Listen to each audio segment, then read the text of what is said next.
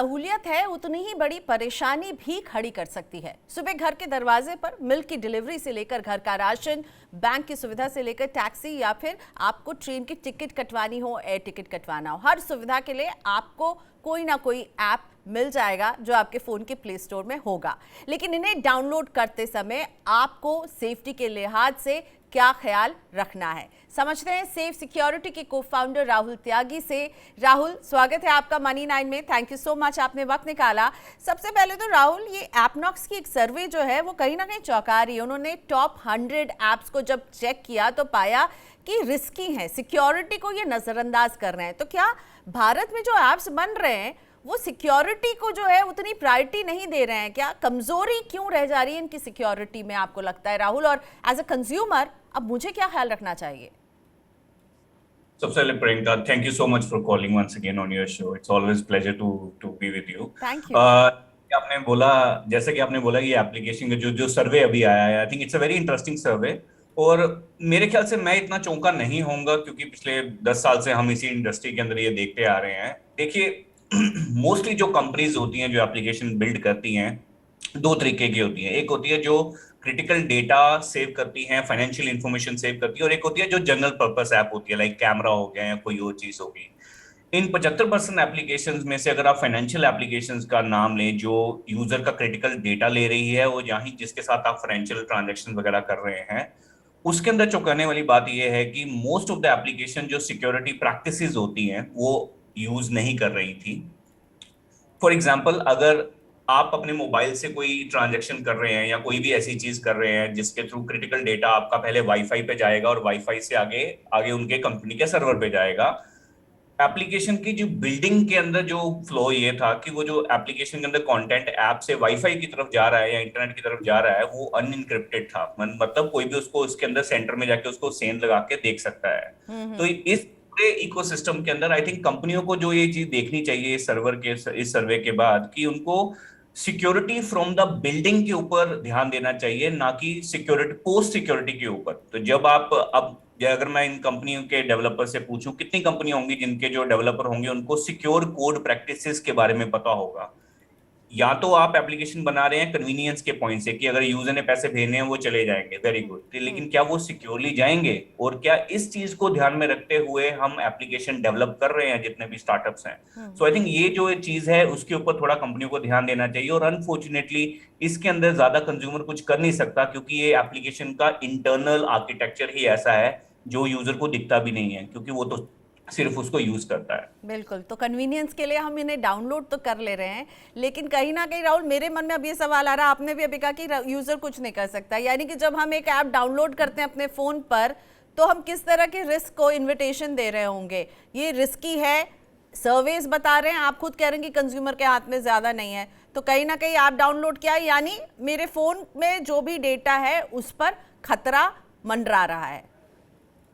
So I think Priyanka, इसके अंदर एक चीज हमें ध्यान देनी पड़ेगी कि डेटा जो आपका क्रिटिकल है, ये एप्लीकेशन के अंदर जितनी भी वर्नेबिलिटीज दिखाई गई हैं वो क्रिटिकल नहीं है, उनको मैं हाई और मीडियम के नाम पे दूंगा अगर उसको मेरे को रैंकिंग करना है। क्योंकि मोस्टली जो एप्लीकेशन है, हाँ, अगर इसके अंदर कोई ऐसी प्रॉब्लम होती कि एप्लीकेशन करने के बाद मेरा फोन ही वर्नेबल हो जाता या रिमोट एक्सेस हो जाता, या उस एप्लीकेशन को इंस्टॉल करने के बाद उस एप्लीकेशन को हैक करके कोई मेरा मोबाइल हैक कर लेता, वो अलग बात थी।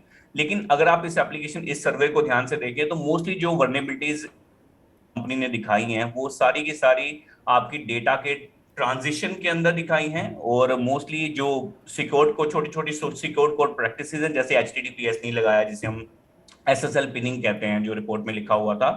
तो जो ऐसी वर्नेबिलिटीज इसके अंदर दिखाई हुई हैं जिसको कस्टमर को डरना नहीं चाहिए, बट उसको इग्नोर भी नहीं कर सकते हम। और अगर यूजर के पॉइंट ऑफ व्यू से देखूं मैं, तो यूजर को यहाँ पे ये चीज का ध्यान रखना चाहिए कि जितनी भी एप्लीकेशन वो डाउनलोड करते हैं अपने स्पेशली फाइनेंशियल ट्रांजैक्शंस के अंदर, वो एप्लीकेशन जो है वो एक रेप्यूटेड कंपनी से होनी चाहिए, और ना कि कोई ऐसी कंपनी जिसका जीमेल के ऊपर एड्रेस लिखा हुआ वहां पे कांटेक्ट करने के लिए। तो ये कंज्यूमर को थोड़ा ध्यान देना पड़ेगा कि कोई रेप्यूटेड ऐप, जैसे अगर हम फेसबुक की बात करें या जीमेल की बात करें, गूगल पे की बात करें, ये सारी कंपनी की रेप्यूटेड कंपनीज हैं जो कि एक बहुत स्ट्रॉन्ग प्रोटोकॉल एडहेयर करती हैं सिक्योरिटी को लेके। अगर आप नोटिस करें, इस सर्वर के अंदर इनका किसी का नाम नहीं आया। ठीक है। तो लेकिन जो वो कंपनियों का नाम आया है जिन कंपनियों के अंदर सिक्योर कोड प्रैक्टिसेस इस सिक्योरिटी के ढंग से नहीं देखी गई, और ये तो एक बहुत बड़ी प्रॉब्लम। अनजाने ब्रांड से दूर रहिए, जाना पहचाना नामी ब्रांड है उनको आप वहाँ उनके ऐप्स आप डाउनलोड करेंगे।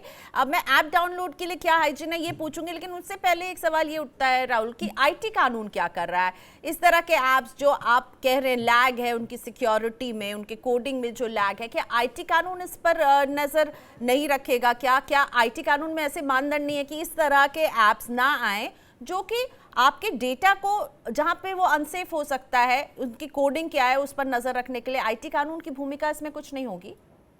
नहीं नहीं, इसके अंदर आईटी कानून की भूमिका बहुत ही बड़ी है, और आई थिंक जितनी भी कोई ऐसी कंपनी है जो मोबाइल वॉलेट से लेके जितनी भी एप्लीकेशन जिसमें फाइनेंशियल ट्रांजैक्शन या कोई क्रिटिकल यूजर का डेटा का आदान प्रदान हो रहा है, उसके अंदर आरबीआई से लेके मिनिस्ट्री ऑफ टेलीकम्युनिकेशन जितनी भी कंपनीज सॉरी जो एप्लीकेशंस और ये फाइनेंशियल वे को देखती हैं वो बहुत ही स्ट्रिक्ट हैं, उन्होंने गाइडलाइंस भी जारी कर रखी हैं। फॉर एग्जांपल जितनी भी हमारी फाइनेंशियल कंपनीज हैं इंडिया के अंदर, बैंक से लेके ये वॉलेट एप्लीकेशन से लेके, इनको हर क्वार्टरली आरबीआई को रिपोर्ट देनी पड़ती है कि इनका एप्लीकेशन कितना सिक्योर है, किस तरीके से ये अपना डेटा सेव करके रख रहे हैं, और इनके पास इंसिडेंट रिस्पॉन्स प्लान क्या है अगर लेकिन ये कोई। तो फाइनेंशियल ऐप्स हुए, कोडिंग में अगर कुछ छूट वो ढील डाल रहे हैं, अगर उनके कोड डेवलपर्स ऐप डेवलपर्स जो भी टेक्निकल वर्ड हैं, तो उनको कैसे, उन पर कैसे रोकथाम होगी उसमें? ये तो आपने कहा फाइनेंशियल ऐप्स जो हैं, बहुत सारे फाइनेंशियल ऐप हैं, हम पेमेंट कर रहे हैं, डिजिटल पेमेंट कर रहे हैं, लेकिन इनकी कोडिंग में अगर ये चीज़ को ये लोग मिस कर रहे हैं, आप कह रहे हैं आपका फ़ोन नहीं हैक होगा, लेकिन मेरा डेटा जब जाएगा वाईफाई में तो वहाँ से तो हैक हो सकता है ना, वहाँ पे तो बहुत ही शातिर साइबर ठग बैठे होंगे, तो यहाँ पर आईटी कानून का रोल नहीं होगा क्या? सो आई थिंक जैसे कि मैंने पहले बताया, जब भी एप्लीकेशन लॉन्च करते हैं और जब हर 3 महीने में इसी चीज को चेक करने के लिए आरबीआई बोलती है कि जैसे हमारी एक साइबर सिक्योरिटी कंपनी है और भी साइबर सिक्योरिटी कंपनीज है जिनके पास ये कंपनीज आती हैं, और स्पेशली गवर्नमेंट ने बोला हुआ है कि आपको थर्ड पार्टी से ही करवाना है, ओके। कि वो उसको एप्लीकेशन को चेक करेंगे, उसका कोड चेक करेंगे। लेकिन अगर आपको ये पूरा देखें, ये सारा पोस्ट प्रोसेस है, इसी चीज को आपको प्रीपोन करना पड़ेगा ताकि जब कोड बना रहे हो, ना कि कंपनियां बताएं कि देखिए ये वर्नेबिलिटी एप्लीकेशन के अंदर ये कोड इस तरीके से होना चाहिए था, आपको ये पहले ध्यान में रखना चाहिए था, ये मोस्टली रिपोर्ट के अंदर आता है, फिर वो ठीक करते हैं। तो आई थिंक कंपनियों की रिस्पॉन्सिबिलिटी यहाँ पे ये है, स्टैंडर्ड डेवलपर को आप एक नॉलेज दीजिए सिक्योर कोड प्रैक्टिसेस की, ताकि जब वो कोड कर रहे हैं, एप्लीकेशन बना रहे हैं, पब्लिश कर रहे हैं, उस टाइम पे दे इंश्योर दैट ये चीजों का जो जो सिक्योरिटी प्रोटोकॉल्स को उनको अच्छे से फॉलो किया जाए। जैसे ओवास टॉप 10 नाम की एक ऑर्गेनाइजेशन है, open web application security project, उनका एक स्टैंडर्ड एक एक प्रोटोकॉल है और एक स्टैंडर्ड है, एक रेगुलेशन है जिसको फॉलो करते हैं सारी कम्युनिटी में जितने भी डेवलपर हैं जो सिक्योरली कोड करना चाहते हैं, जिसे हम बोलते हैं ओवास टॉप 10 अटैक्स। दुनिया के सबसे टॉप 10 अटैक्स को टेस्ट किया जाता है किसी एप्लीकेशन के ऊपर, और उसके बाद वो एप्लीकेशन लॉन्च होनी चाहिए, बजाय कि आप एप्लीकेशन लॉन्च कर दो और बाद में उसको ऑडिट रिपोर्ट यानी करवाओ किसी। खाना बनने के बाद आप ना चखें, आप जब खाना बना रहे हैं उसी समय आप यही ख्याल रखें कि खाना ऐसा बने कि चखने वाला उसमें कोई खामी ना निकाले भी। मुझे तो यही समझ में आ रहा है। एम आई राइट? और एक परफेक्ट शेफ की यही खासियत होती है कि वो एक चम्मच से झक के फिर ही आगे देता है। ओके, अब ये बताइए कि हम इतने सारे ऐप्स डाउनलोड कर रहे हैं, तो जब क्या हाइजीन हमें फॉलो करना चाहिए? जब भी कोई प्ले स्टोर में बहुत ही इंटरेस्टिंग से ऐप दिख रहा है, फट से हम लोग डाउनलोड करते हैं, कोई हमारे फ्रेंड कह देते हैं, कोई हमारे कुलीग कहते हैं, तो ये डाउनलोड करते वक्त क्या चेक करना चाहिए उस ऐप में? कोई खतरे के सिग्नल्स हमें पता चल सकती हैं एज ए लेमैन?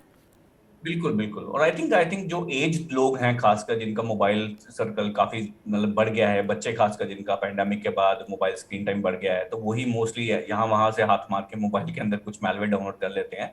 तो आई थिंक जब भी आप कभी, सबसे पहले जब भी आप कोई ऐप डाउनलोड करें, पहले जैसे मैंने पहले बताया, क्या कोई वो रिप्यूटेड कंपनी के बिहाइंड है, उसके पीछे कोई रिप्यूटेड कंपनी है कि नहीं है, वो आप दो तरीके से चेक कर सकते हो। पहला, उसके एप्लीकेशन डाउनलोड करने के से पहले जब आप स्क्रॉल करोगे नीचे, वहां पे आपके सामने एक चीज आएगी, उसका ईमेल एड्रेस। अगर तो email address Gmail, Yahoo, Rediff ऐसे करके है, तो इसका मतलब there is an individual behind the application, कोई कंपनी नहीं है, अच्छी कंपनी नहीं है। अगर अच्छी कंपनी है तो वहां पे उसका एड्रेस भी होगा और कंपनी का डोमेन ईमेल आईडी होगा, जैसे लीगल, इन्फो, हेल्प करके। दूसरी जो चीज है उनके कमेंट्स। जब भी कोई एप्लीकेशन वर्नेबल होती है जिससे यूजर को कठिनाई होती है, अच्छी चीज एप्लीकेशन के बारे में लोग कम बोलते हैं, लेकिन जैसे ही उनको प्रॉब्लम दिखेगी वो सबसे पहले कमेंट में जाके वो लिखेंगे कि इस एप्लीकेशन के अंदर ये प्रॉब्लम है। तो पहले कमेंट भी देखें उसके, इतने भी सारे कमेंट्स के अंदर क्या क्या रिव्यू दिए हैं यूजर ने, और वहां पे बहुत सारे यूजर आपको अवेयर भी करेंगे। तीसरी जो चीज है वो आपको देखना है कि जब आप इंस्टॉल ऐप कर रहे होंगे, ऐप को इंस्टॉल कर रहे होंगे, तो वो कौन कौन सी परमिशन मांगता है। और ये जो जितने भी सिनारियो मैंने अभी आपको बताए हैं, ये सारे आपके मोस्टली एंड्रॉइड यूजर के लिए ज्यादा मायने रखते हैं। आईओएस काफी हद तक, क्योंकि एक क्लोज्ड ऑपरेटिंग सिस्टम है और एप्पल का काफी अच्छा ग्रिप है उसके ऊपर, जहां पे कम वर्नेबल एप्लीकेशन आती हैं। और जो लास्ट चीज है, चाहे कोई भी एप्लीकेशन फ्री में या पेड में आपको ऐप स्टोर या प्ले स्टोर के बाहर से डाउनलोड करने के लिए फोर्स किया जाता है, चाहे एसएमएस के थ्रू, चाहे व्हाट्सएप फॉरवर्ड से, हम्म। लिंक से आपको डाउनलोड नहीं करना। क्योंकि जैसे ही आप एक एप्लीकेशन, आज फेसबुक जब आप डाउनलोड करते हो तो फेसबुक आपका गैलरी एक्सेस, सारे एक्सेस मांगता है।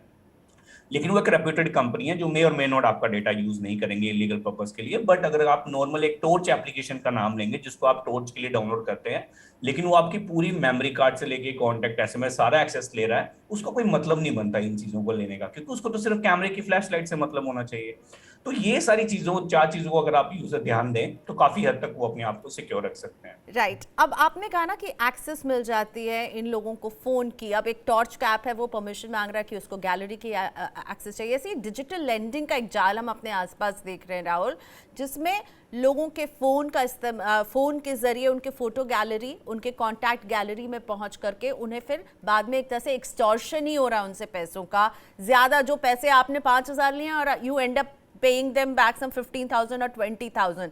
तो ये जो गलत इस्तेमाल है, इससे बचने के लिए आप क्या सलाह देते हैं? इंस्टेंट लोन ऐप का जो एक जाल हमारे आसपास है। आई थिंक ये जो मॉडल्स ऑपरेंडी मोस्टली पेंडेमिक में काफी लेवल पे स्टार्ट हुआ, और भी जो काफी कम कंट्रीज हैं, जो लो एंड कम कंट्रीज है जहाँ पे इतना इकोनॉमिक बैलेंस सही नहीं है, वहाँ पे ये mostly application out of India के कुछ प्लेयर्स हैं जो इंडिया के अंदर ही ऐसी एप्लीकेशन को प्रोत्साहन देते हैं। सो यूजर को सबसे पहले ये देखना चाहिए कि देखिए इनका मोडस ऑपरेंडी समझिए पहले, ये करते क्या है। ये उन्हीं यूजर को टारगेट करते हैं जो गूगल पे सर्च करते हैं गेट इंस्टेंट लोन। सबसे पहले तो ये कीवर्ड ऐसे बना के रख लेते हैं कि कोई बंदा जो एकदम फंसा हुआ है लोन के अंदर, जिसको देना है कहीं पर, उसका पैसे की जरूरत है, वो गूगल पे सर्च करेगा। जैसे ही सर्च करेगा, ना कि ये एप्लीकेशन को बना के अपलोड करते हैं बट उसके साथ साथ ये क्या करते हैं, उस अपनी ऐप को प्रमोट करने के लिए गूगल के अंदर पे भी करते हैं, गूगल एड्स के अंदर पे भी करते हैं, ताकि जैसे ही गूगल के अंदर आप सर्च करो इनका लिंक सबसे पहले आए। तो फ्रॉड के अंदर आपको क्रैप करने के चांसेस वहां से बढ़ जाते हैं। जैसे ही एप्लीकेशन आप डाउनलोड करते हो, मोस्टली एप्लीकेशन को गूगल पे तो रखते हैं, बट ये फोर्स करते हैं कि आप दूसरी गूगल पहले से बाहर आके भी डाउनलोड करो, क्योंकि जो मोबाइल कॉम्प्रोमाइज करना होता है इनको, क्योंकि बाद में जब ये 40 से 50% आपसे इंटरेस्ट ले रहे हैं एक छोटे अमाउंट के ऊपर, तब अगर आप नहीं दे पाते तो आपको ये ब्लैकमेल भी करना चाहते हैं। तो मेन जो ऐप है इनके इनके अंदर से आपका आधार कार्ड, 3 साल की रिटर्न, आपकी सब कुछ पिक्चर्स, होता है। मोस्टली आपकी गैलरी की पिक्चर्स भी ये ले जाते हैं, और बाद में उन्हीं को मूव करके और आपको ब्लैकमेल करते हैं, और आपको बोलते हैं कि अगर आपने नहीं दिया, आपके रिलेटिव, क्योंकि इनके पास कोल्ड लिस्ट भी आ चुकी होती है, आपकी व्हाट्सएप डिटेल भी आ चुकी होती है, उनको पता है आप किससे क्या बात करते हो, उन सबको ये आपकी मूव पिक्चर्स या बाकी डिटेल भेजना स्टार्ट कर देते हैं, ताकि आप एकदम फोर्स हो जाओ राइट। कि इनको ज्यादा देने में। तो इनसे दूर रहने के लिए आपकी टिप क्या है? मेरी टिप यही है कि मोस्टली जितनी भी रेगुलेटेड फर्म्स होती हैं, जो फाइनेंशियल फर्म्स हैं लोन वाली, और आरबीआई का जो एक I think banking regulation act है, उसके अंदर मोस्टली ऐसी क्विक लोन एप्लीकेशंस अप्रूव नहीं होती। जो होती हैं उनकी डिटेल उनकी वेबसाइट पे होती है, और लेकिन आई अंडरस्टैंड हर यूजर वहां पे जाके चेक नहीं कर सकता। लेकिन मोस्टली कोशिश कीजिए, जितने भी अगर आपको क्विक लोन लेना है तो आप अगर नामी बैंकों से ही लीजिए, उनकी बिल्कुल। भी पॉलिसी और है। इस और तरह के आप लास्ट, इंस्टेंट लोन भी लेने जाएंगे तो आरबीआई रजिस्टर्ड एंटिटीज हैं, उनसे लीजिए। यस, बिल्कुल बिल्कुल। और मोस्टली यूजर, लेकिन प्रॉब्लम क्या है, यूजर को पता नहीं है वो कैसे वैलिडेट करे। लेकिन बिल्कुल। अगर आप बचना चाहते हैं इससे, अगर आप विक्टिम हो गए, आई थिंक मेजोरिटी तो उनके लिए प्रॉब्लम है जो बन चुके हैं इनके विक्टिम, वो क्या करें, उनको डेली ब्लैकमेलिंग किया जा रहा है। इनफैक्ट राहुल, मैं एक सवाल रखती हूँ, हमारे दर्शक का आया है, दीपक का सवाल है, सुनिए ये कैसे परेशान है। इन्होंने डिजिटल ऐप से 10,000 रुपए का लोन लिया था, और पूरा पैसा जो है इन्होंने अब चुका दिया है ब्याज के साथ, लेकिन ऐप से जुड़े लोग अभी भी इनसे पैसे मांग रहे हैं और कह रहे हैं कि अगर पैसे नहीं दिए तो हम आपको बदनाम कर देंगे, क्योंकि जाहिर सी बात है इनके पास इनके फ़ोन के पिक्चर्स और कॉन्टैक्ट डिटेल्स होंगे।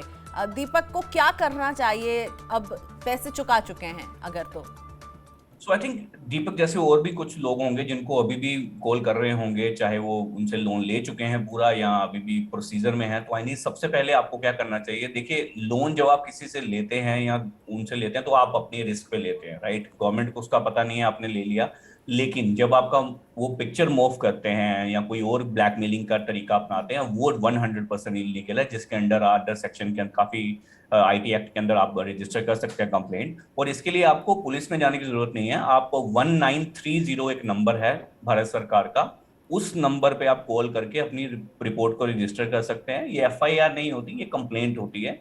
और दूसरा आप क्या कर सकते हो, cybercrime.gov.in, एक नंबर दोबारा से बोलूंगा, 1930, इस पे कॉल करके आप रिपोर्ट कर सकते हो।